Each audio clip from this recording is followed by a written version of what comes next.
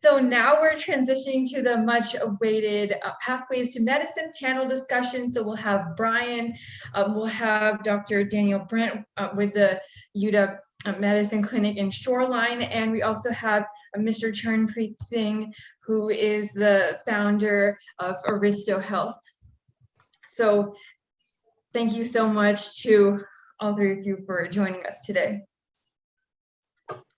Thank you all here. So I'll be kind of running this, and so we're going to be talking about different pathways to medicine, and so different career fields within medicine.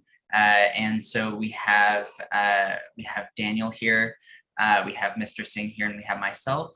And so Daniel, I'll allow him to introduce himself, but he is a PA with UW Med, and I'll allow him to talk a bit more about that. Hi, everybody. As Brian's saying, I'm a PA. I've been working for UW at the neighborhood clinics, which are now the UW primary care clinics, for a little over a year and a half. I went through the local PA school, MedX, starting in 2018, I guess. I guess we'll leave it there for now, and certainly can get to questions as we go. Perfect. And then Mr. Singh, would you like to introduce yourself as well? Hi, everyone. This is Charanpreet Singh. I am, by profession, I'm a registered nurse, and I'm the founder for Aristo Healthcare. Aristo Healthcare has been working with the communities and the State Department of Health in organizing mobile vaccine clinics throughout the state for communities that are hard to reach. So I'm glad to be here. Thank you so much for being here. So I'm going to start my first question with kind of asking why you chose your specific career field. So Daniel, we'll start with you. Could you tell us a bit about why you chose to become a PA? Sure. So one of the things I like best about being PA is a huge amount of flexibility. You can do a broad range of things at a broad range of levels, ranging from doing surgery, orthopedics, primary care, and you have the ability to kind of switch between these facets of medicine throughout your career if you wish, which is I guess a difference over the MD pathway. Is if I choose that I want to go try something completely new, I don't have to redo a residency or anything like that. It's not to say that I know everything about that career that I might be switching into, but I have the opportunity to learn and to try something totally different. Thank you so much. And then Mr. Singh, what drew you to a career in nursing?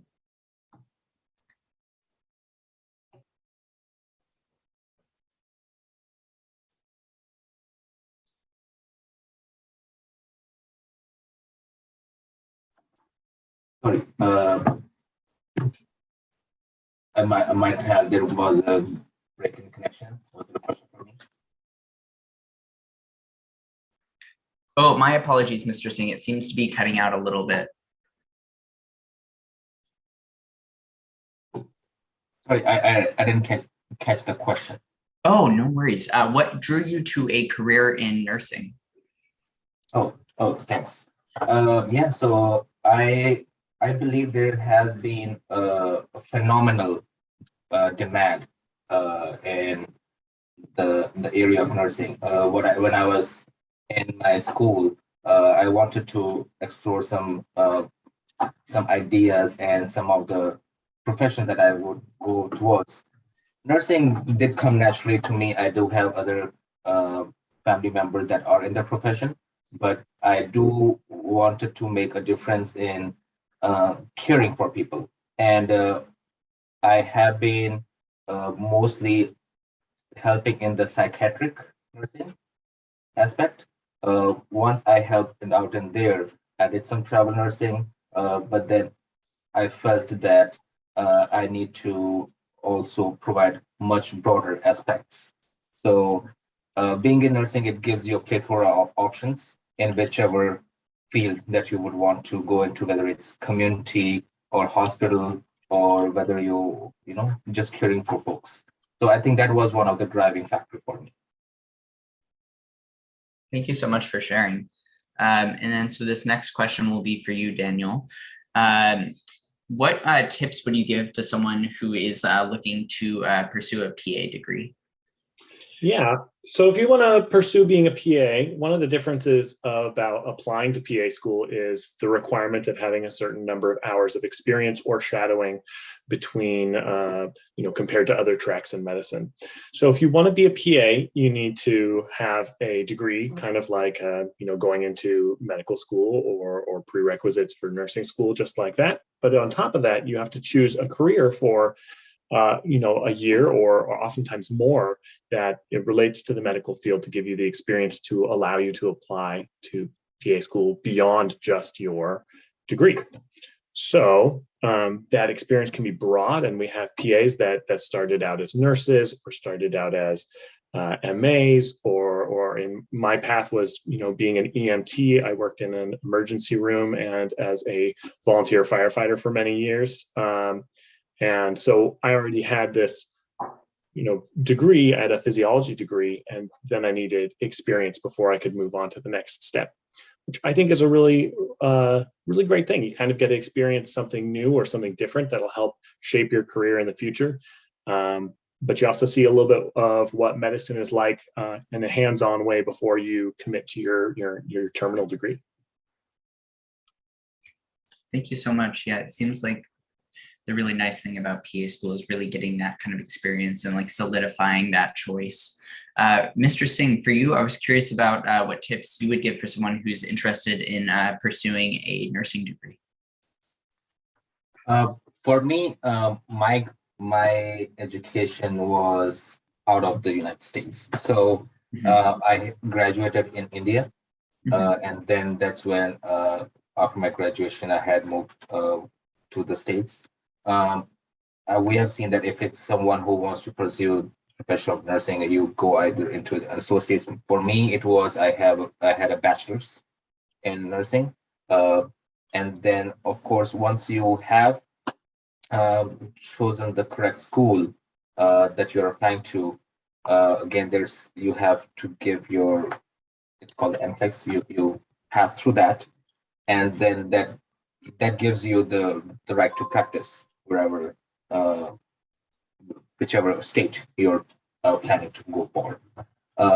And then if it's a little different if you're just coming from, if you're practicing within the states, or if you're someone who has educated yourself from outside the states, there is an additional layer of getting some of your English proficiency taken care of. So I see that we do have a global audience in our meeting today. So I think folks that are from countries that do not have English as their primary, so that is another thing that they would be adding into.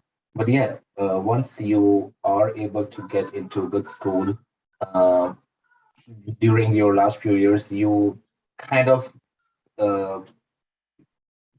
try to decide in which field within nursing you would want to stay into, and then you apply for some jobs and residencies, and yeah, that's usually the way to go. Thank you so much. I really appreciate all of that information. So we have an audience question now for Mr. Brendt. It's asking, how would you describe your relationship with a physician, other team members, including nurses and medical assistants? Yeah, so I think that's really somewhat dependent on where you work, what field you work in, is how much of codependence and how much of a working relationship you may have with your colleagues, whether that's physicians, MAs, nurses. Now, UW has a very collaborative environment, and so that's something I really enjoy about my job. I go in and I'm working independently, seeing patients and with the help of MA staff. But I also have the opportunity to learn and grow with the providers around me, ask questions of the doctors if there's something that I, maybe don't quite understand fully, or something that I would like somebody else's perspective on. In our clinic, we have nurse practitioners, PAs, as well as MDs. So there's a broad range of people that I can ask about. We also have, for example, Brian sometimes is in my clinic. And we definitely have a good back and forth between providers. I think there's a lot of mutual respect in my work environment, and I think that, of course, everybody should want to work in a place where there is that mutual respect. But there are, of course, places where that may not be as true, or may not be as collaborative, or seen as equals. But I will say I wouldn't want to work in an environment like that, and I am pleased that I do work in an environment with a team that is very collaborative and inclusive. And I think that goes true too for MAs and nursing staff. If you treat them with respect and they treat you with respect, it's going to come with the best outcomes for yourself, for them, and for the patients. Thank you so much for that answer. And then I kind of want to ask a question reflecting back on our first talk from Dr. Pao. He talked a lot about like finding balance within life and kind of making sure that you're able to really pursue the things that bring you joy. And I wanted to ask you both about how you've been able to build a strong like work-life balance within your career, and what's unique to your career in regards to the ability to like really like create a strong balance where you can manage it like a healthy self-care routine. Who do you want to start, Brent? I can have you start. Okay, so one of the things that I think made a big difference in my work life and my life balance was, I started my career a little bit later than somebody who was maybe going to medical school right after their undergraduate degree. And frankly, not having to go through, 8 years of schooling of medical school and then a residency and a fellowship provided me with some life balance as well. But beyond that, I think it's very dependent what facet of being a PA that you choose to do. And you can build your own work-life balance around that. Working in primary care, it's hard work while we're there, but we do have, weekends off, for example. We work one Saturday a month, but in general, we have weekends and we work business hours versus somebody who might work as a hospitalist. As a PA, they might have any hours of the day, including overnight. So the difference of work and life changes with where you're working and what you're doing a great deal. Yeah. Thank you so much. And then Mr. Singh. Yeah, adding to the work-life balances, I also feel that at whichever stage of life that you are coming into the workforce, that also defines in your work-life balance. And in the recent years, we have seen that what the pandemic has taught us, that the importance of work-life balance. The amount of time that we need to spend with our family is very important. I have put in my sheer number of hours in bedside nursing at this time, but I'm able to work from home. That's another important aspect. So important because I have 2 small children. That is another important thing that helps. So wherever you are in your life, when you're entering the workforce, I think it has to be customized for you. So you are the driver of whichever your profession you're going into, and you decide. I always tell folks is you want to be honest to your profession, but you cannot be honest to your profession if you're burned out. So that work-life balance is really important. Can I add on to that? Is to say that the nursing also has my wife's a nurse as well, and has also a really big, broad flexibility of different jobs and careers and things within nursing. And something that's been important to us is that, she is working full-time and I'm working full-time, finding jobs that work for both of our schedules. So that's not just my work-life balance, but a combination of work-life balance so that we have time together. I'm sure, Mr. Singh, with your family and your kids, that you have to choose a career or a facet of nursing that supports that, rather than maybe working overnights, or maybe working overnights for somebody would work well. But just like you're saying, I think that choice of how you direct it is really important. I agree. Yes. And at this point of currently I'm a business owner. So for my company. So when you're entering the workforce and then you're putting some hours in that, and for specifically for if I would say for me, we are blessed right now that we are able to work from home, and that has been very important for us. It sounds like flexibility is a really strong theme within this for being able to create like a good work-life balance. I also want to, I kind of want to echo something that Daniel said earlier about like taking some time off. I know for at least individuals who are pursuing the medical school pathway, a lot of people will go straight in. And I was going to do that initially, and I took 2 years off, and I'm really thankful I took those years off. It was just really nice to kind of pause, get out of that like the grind culture that is undergrad, like while preparing for medical school, and just kind of reassess priorities, kind of figure out who I am outside of school. So I just really want to echo that it's like really like it's okay and it's normal to take time away, and you don't have to kind of be doing everything all at once. Like life continues, there's no set path, and like you can take your own time for things. Okay, so for the next question that we'll transition to, I think a good question would be reflecting back on your prep for PA school and for nursing school. Are there things that you were really glad you did, or things that you wish you had done differently? And would you choose the same career option given the opportunity? And we can start with Daniel. Okay. I think it depends on how far back you want to go. If I could go back to my high school self, I'd probably choose not to go to undergrad right after high school. I'd probably wait. Okay, that's really far back. Probably the people listening to this are probably not in high school, but some of them maybe, like Mayor was there a moment ago. I think I would take a year off. Two, I think nursing is an incredible career, and I think it's one of the few, medical careers that you can start at a bachelor's degree level. You can start at a community college level and get your RN. So I think if I could do it all over again, I would probably become a nurse and then get my bachelor's degree while in nursing school, and then go to PA school through that. Of note, I think I would still choose to be a PA rather than a nurse practitioner. That's not a difference I would make. I like the medical model of education in PA school as compared to the nursing model, though I think both are viable, great pathways. That's not a slight against nurses in any way, just something that I liked in my education and wanted to point out.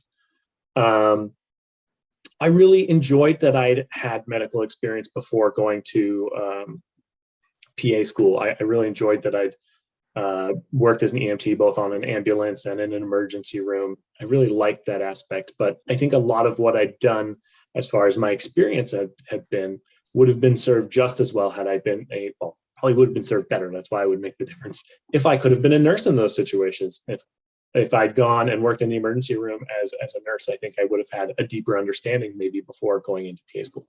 Of course, any career is great. Any experience that you have, any path that leads you to what you want to do, whether that's PA school or otherwise, is viable and great. I had no great PAs that were, paramedics before they went into school, MAs before they went into school, CNAs even. So any experience can be good and great. But if I could do it over again, I think I'd probably get a nursing degree as an undergraduate degree, go get my experience, make sure all my prerequisites were done, but I'd still go to PA school.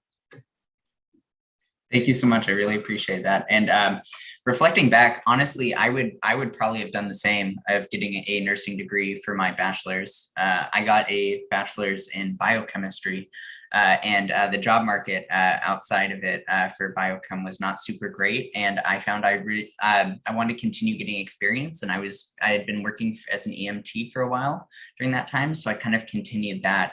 And looking back, I think a nursing degree would have been really helpful, because I would have been able to really get that hands-on experience within the hospital, really see what it's like to be a part of that hospital care team. And yeah, it's just it's a great degree program. And I will pass. Yeah. Yeah, I think agreeing with that is I had my physiology degree, and it's not a great deal of things you can do with a physiology degree right out of undergrad, unless you want to go into research or do something at the academic level, or go and get your master's degree. So I did similar to you, got my EMT license, started working, got experience, PA school.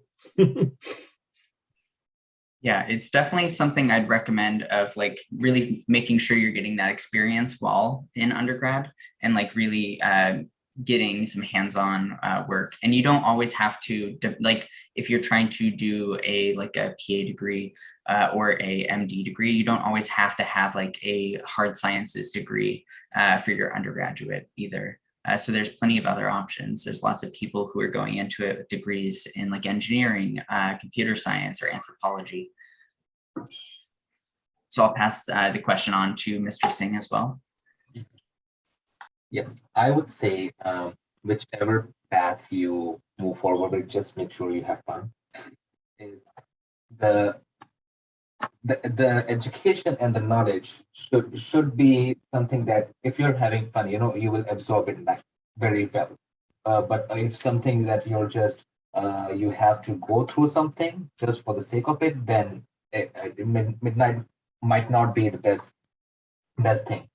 So, and I'm glad I did my nursing because it branches out to the different types of nursing, and as like in different states, like for in the state of Washington, you can go to your NP, you can go make yourself a CRNA, you get a lot of exposure before you actually commit to anything. So the ability to work in the healthcare field, I think nursing is a really good entry point. Being in nursing, you can actually explore the different types, the different types of sectors. Like nursing is not any more restricted to just a hospital. So when we're talking about computers, we see there is nursing informatics. If we're talking about anything that's related to the community, there's community nursing. So nursing goes hand in hand with a lot of other professions. And I would say that at this point, I am glad that I stuck to the profession, and it definitely has a lot of growth in it. So for some, if you're looking at the financial side of things too, when you're going into nursing, you are able to get a high paying job. Right now, there is no question that if you have a nursing degree, you'll have plenty of job options everywhere. So I think that is also key for when you're deciding to go for a profession like nursing. Thank you so much. And yeah, I feel like the financial side isn't always talked about as much either, and it should be something that should be talked about more, especially because a lot of students going in, especially like the MD route, don't always realize the delayed financials of the MD route is the best way to put it, just because it is a lot of years of not really working and taking on more student debt, as well as not the highest pay during residency, which are further training years. So it's kind of something that takes a while to build up. So it's not the fastest way to kind of develop one's financials, is the best way to put it.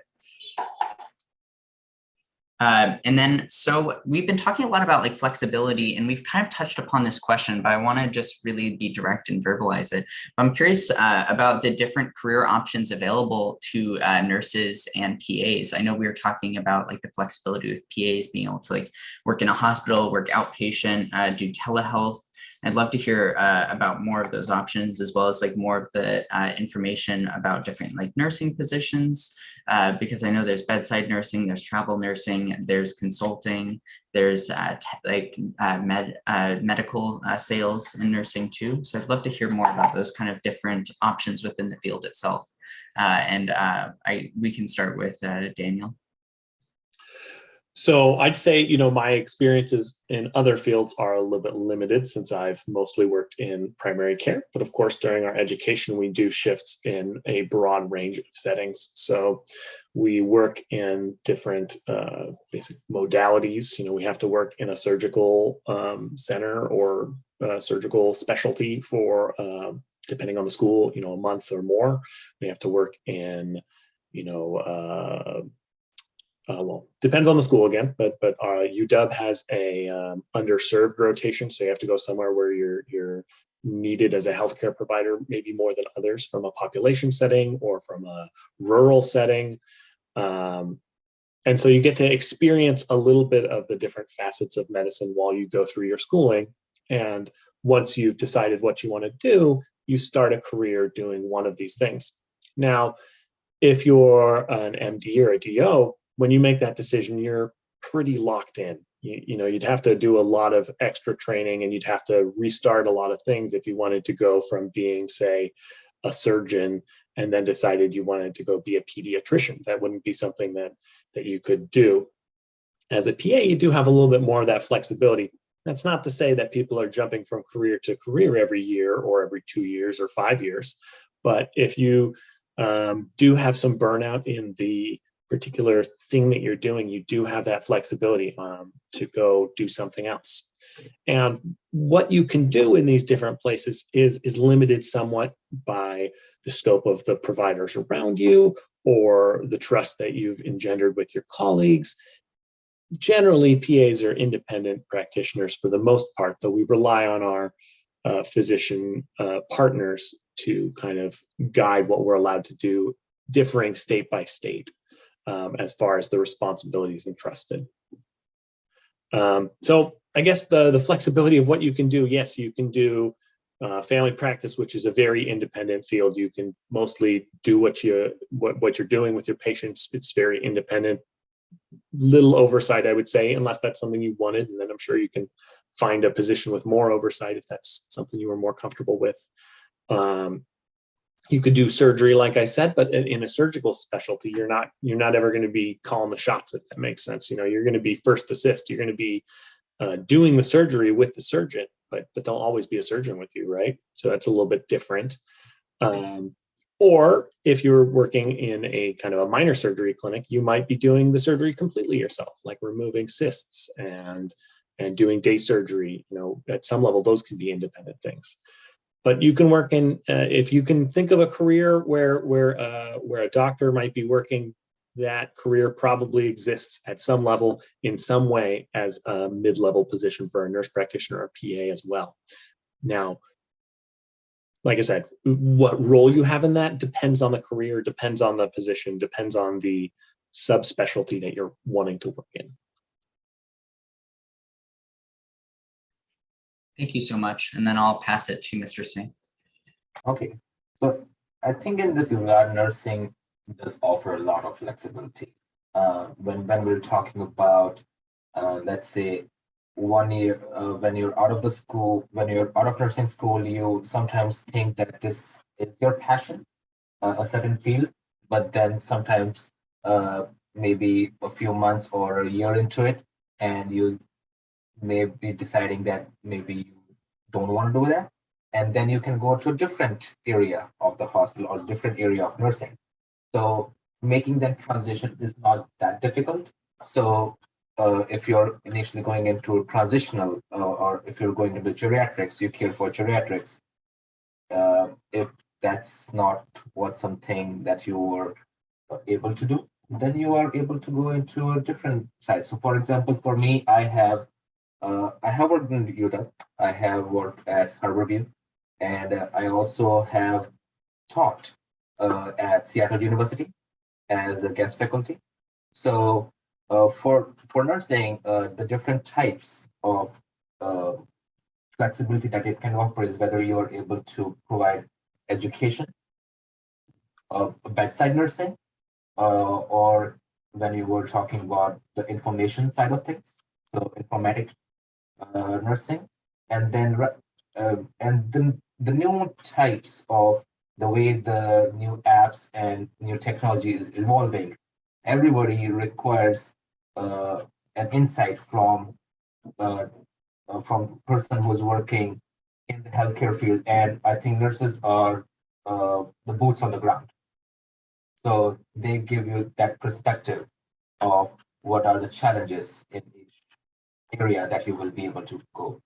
So and right now there are work from home options. So I think nursing offers a lot of flexibility in case you are not yet decided in where you want to land long term, whether you want to be like an ICU or whether you want to just be out in the community. So I think it's a great option. Thank you so much. Okay, so I want to wrap it up with the last question. We're going to go to an audience question for this, and this one's for Mr. Brendt. This is asking about MedX specifically. So a lot of PA schools will require a certain amount of hours, but highly recommend a significant amount more. I was curious about if you would recommend applying to a PA program when you've just hit their minimum hours, or if you recommend waiting till you've completed closer to their recommended hours. Yeah, I'd say I would probably recommend going ahead and applying, especially if you're talking about MedX specifically. One, you might not get in on your first try. A lot of people have to apply to PA schools more than once. It's very competitive to get in. However, if you're talking about MedX specifically, MedX requires, I think, 2,000 hours, or used to be 4,000. I think they lowered it to 2,000 hours. So if you're meeting that threshold for MedX, you're surpassing the threshold for a lot of other schools. A lot of other schools only require 1,000 hours or 1,000 hours plus shadowing, excuse me. So it really depends, but I think getting through the experience of doing CASPA, which is the kind of portal to apply for PA schools, is a hurdle that is worth doing a year early, even if you're not, if everything's not ready. You don't ever have to click that send, but having everything lined up, you can transfer a lot of your application cycle to the next year. Saves you a lot of time. You've thought about writing that essay. You've probably written a couple of those application essays, and that's not wasted time. And I'd say that's probably similar for a lot of fields, is if you're at the minimum requirements and you're still planning on doing it again next year, you're not going to be wasting your time by getting ready this year. And maybe you don't get in, maybe you do get in. If you got in, you sure saved yourself a whole year of your life. If you don't get in, then you gained valuable experience. You've learned what the application cycle is like. Maybe you got an interview, maybe you didn't, you've learned what that's like. So if you have the hours and the prerequisites, and that's your goal, that's what you want to do, then I would encourage you to apply. And if, I don't know, Brian, if people have your email or whatever, obviously I can't give everybody my email, but if you have specific questions about MedX or becoming a PA, then those can certainly be forwarded to me and I can try and send them back. I don't know if there's a way of posting those somewhere, but I'm happy to do so. Yep, you guys are welcome to send me an email and I can forward it on to Daniel. Perfect. Well, thank you so much for all of your time. I really appreciate it. Thank you, Daniel and Mr. Singh, for the really amazing advice and the amazing insights into your respective fields. Yes, thank you so much. And with that, we conclude the second day of our Youth Global Health and Innovation Conference. Thank you so much for another amazing and inspiring day here today. Very empowering and uplifting, especially for young people to know that they can make change and be involved in global health. So on that note, I want to share a little bit about our organization, Worth a Shot. I'm the founder of Worth a Shot, and we've been doing lots of work in the community surrounding we started with access to vaccines and helping raise awareness. But the main thing that I wanted to share is that we have lots of opportunities for you to get involved. We have lots of volunteering opportunities, our efforts like the free health camp in Brenton that we're organizing that's upcoming. It's all volunteer led. We are organizing town halls, community webinars, vaccination events. So we have lots of opportunities for you to get involved again, and also to be involved in other events, other future events that we do, like this conference, for example. So our goal is really to be a public health hub, to get young people involved, to help to provide you guys with opportunities and for you to succeed in fields that you're passionate about. So thank you so much for coming and being a part of this conference. And thank you so much to all our speakers for your time today. And tomorrow we're looking forward to another wonderful session. So please join us. Thank you, everyone. Thank you, everyone.